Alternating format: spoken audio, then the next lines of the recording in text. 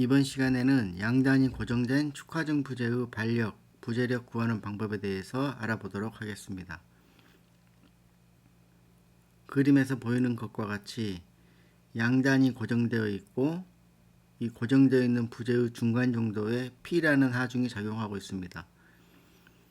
이 P라는 하중은 축방향으로 작용하고 있는 축방향 하중이죠. 먼저 양단이 고정되어 있다고 했기 때문에 양단에 발생될 수 있는 반력의 성분들을 한번 체크를 해 보겠습니다. 고정단에는 세 가지 반력이 생기게 되죠. 연직방향 반력, 수평방향 반력, 모멘트 성분의 반력 세 가지죠. 그래서 B 지점에는 세 개의 미지수가 생기게 되는 것이고 A 지점에도 마찬가지로 세 개의 미지수가 생기게 되죠. 미지수가 6개가 되는 겁니다.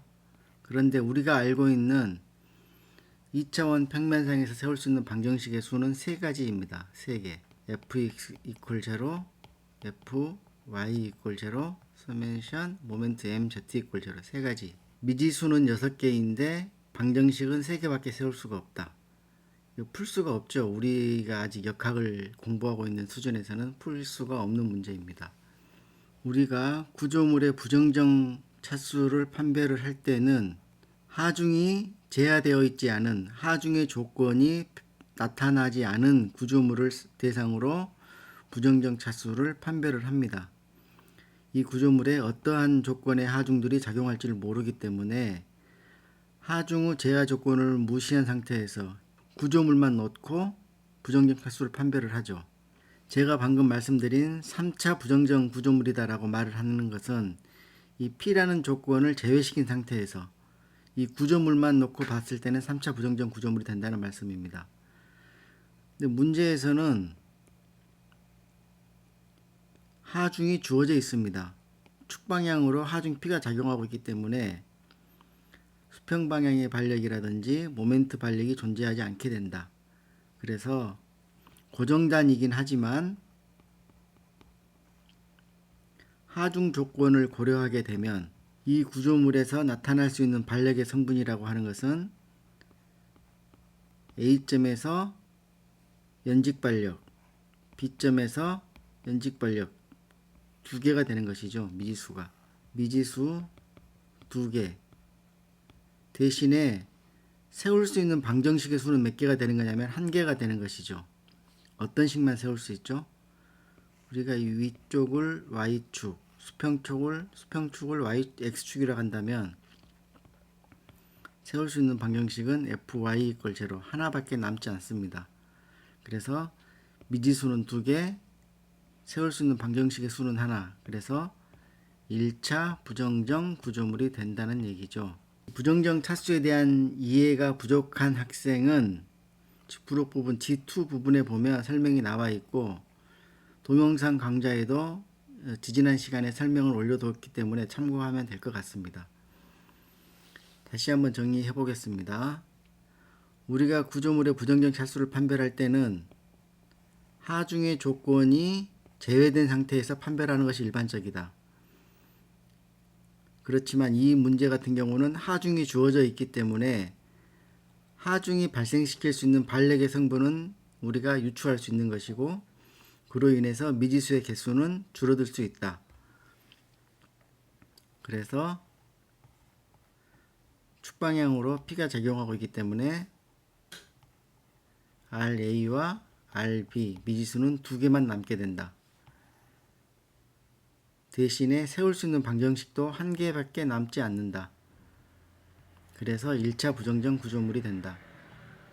1차 부정정 구조물이라고 하는 것은 우리가 이 문제에서는 1개의 평형 방정식에다가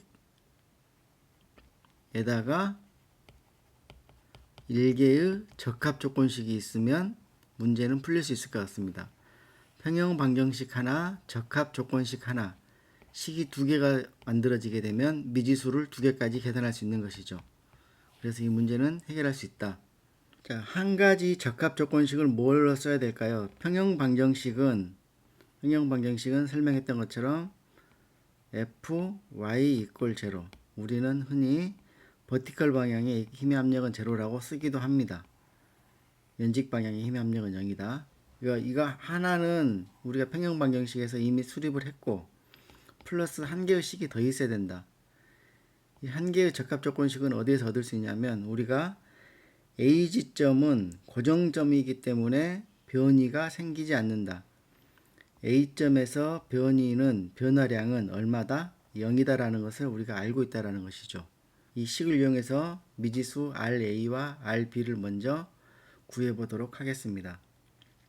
P라는 하중이 존재하게 됩니다. 그러면 힘의 평형조건 원리에 의해서 A점에서는 RA라는 반력이 생기게 되고 B점에는 RB라는 반력이 생기게 되겠죠.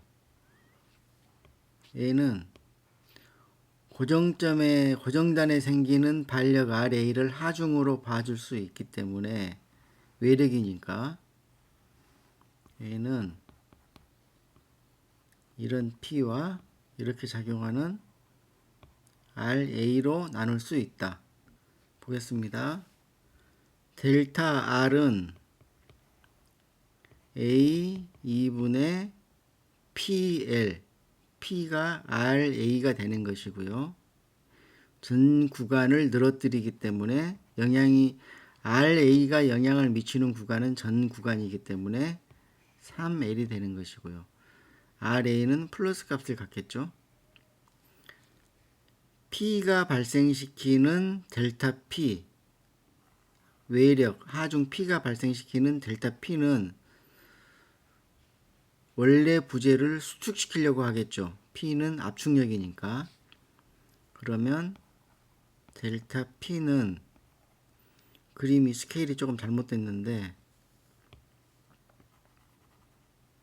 길이가 2L이죠. 2L. P는 A 2분의 변화량을 만들어내는 하중 힘은 P가 되는 것이고 길이는 2L. 위쪽 부분은 하중 P에 대해서 영향을 받지 않는다. 그래서 델타 P의 줄어든 양은 2L 구간에서 줄어든 양이지 위쪽 부분 L 구간에서 줄어든 양이 델타 P에는 반영이 되는 것은 아니다. 결국 델타 P는 2L이 발생시키는 변화량이다. 그런 것입니다. 그런데 우리가 뭘 알고 있다고 했죠? 델타 A점에서의 변화량은 0이다라는 것을 알고 있다고 했습니다. 고정지점이기 때문에 고정지점은 위치에 변화가 없죠. 델타 R과 델타 P를 더하면 그 값은 0이 되어야 하고 그 값은 델타 A점의 처진 값이다. 변화량 값이다. 라는 것입니다. 델타 R은 A 2분의 RA의 3L. 델타 P는 A 2분의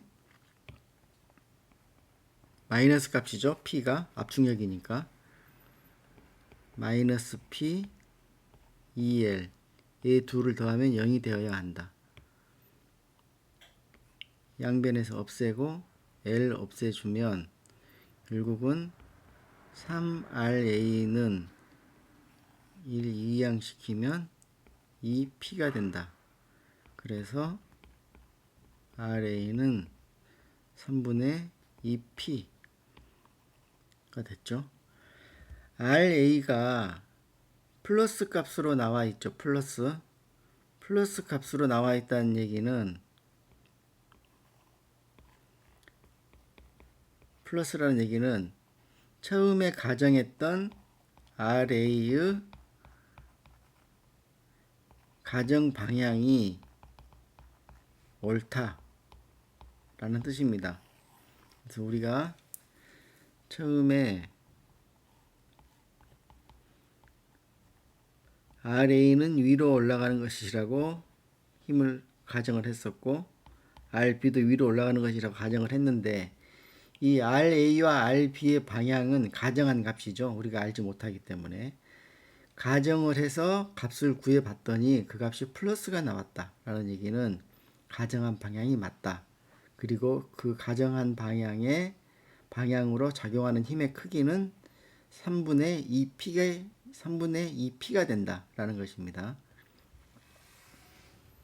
그러면 봅시다. RB는 얼마가 되어야 하는 것이죠? 평형 조건을 생각을 해보면 RA와 RB를 더하면 P가 되어야겠죠. RA 올라가는 힘, RB 올라가는 힘이라고 가정이 되어 있고 P는 내려가는 힘으로 가정이 되어 있기 때문에, 그런데 RA가 3분의 2P면 RB는 당연히 3분의 1P가 되어야 하중 P의 크기와 같아지게 되겠죠. 그래서 RA와 RB를 모두 구했습니다.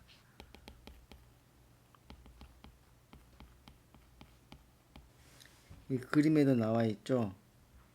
힘을 잡고 사람이 잡아당기면 이 나무가 늘어나는 부분이 뽑히지 않는다고 한다면 늘어나는 부분은 아랫부분이지 윗부분이 아니라는 것입니다.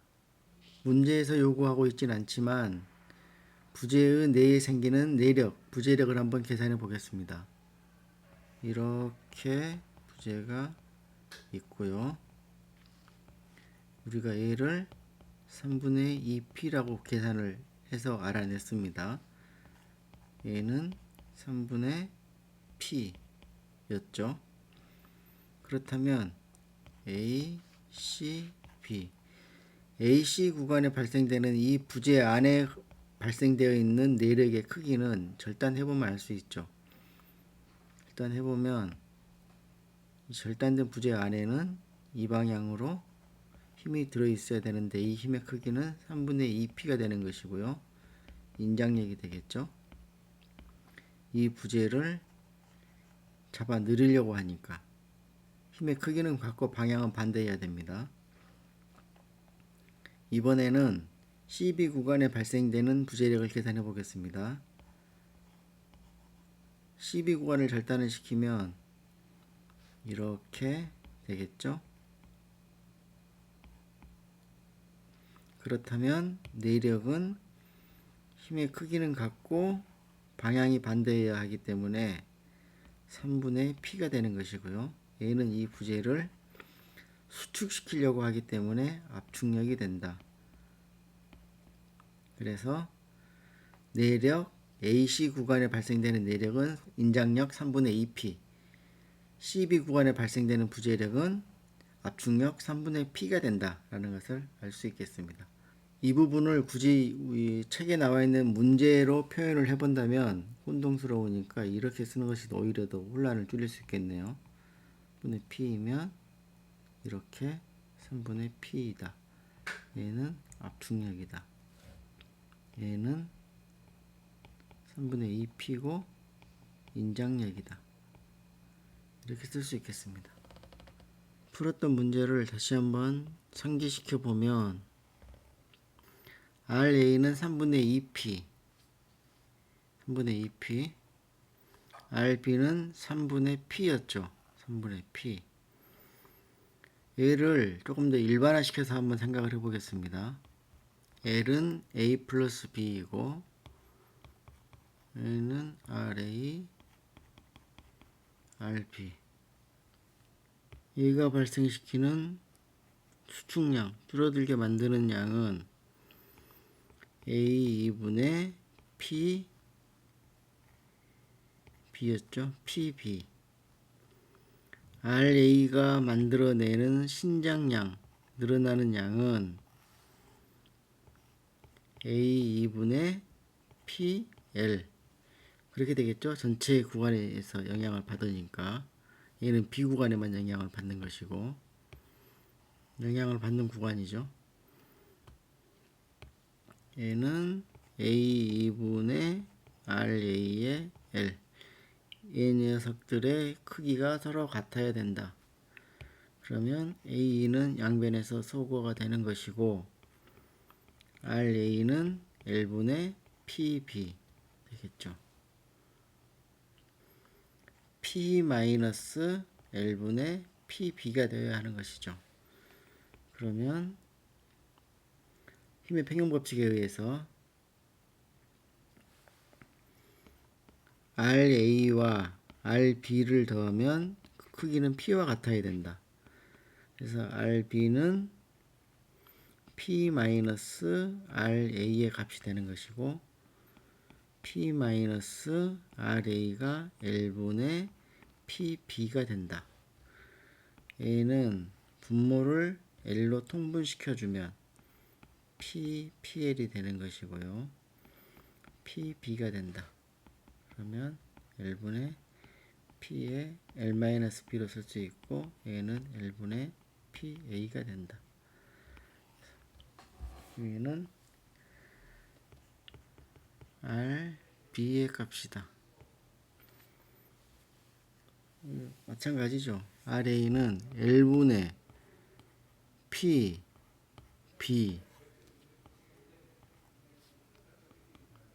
결국은 3분의 2P가 되는 것이죠. 얘는 L분의 PA L이 3L에 해당하는 것이고요. 전체 길이니까 PA는 L 계산해보면 3분의 1P가 되는 것이죠. L분의 PA, L분의 PB로 계산하면 될 것 같습니다. 두 번째 문제 보도록 하겠습니다.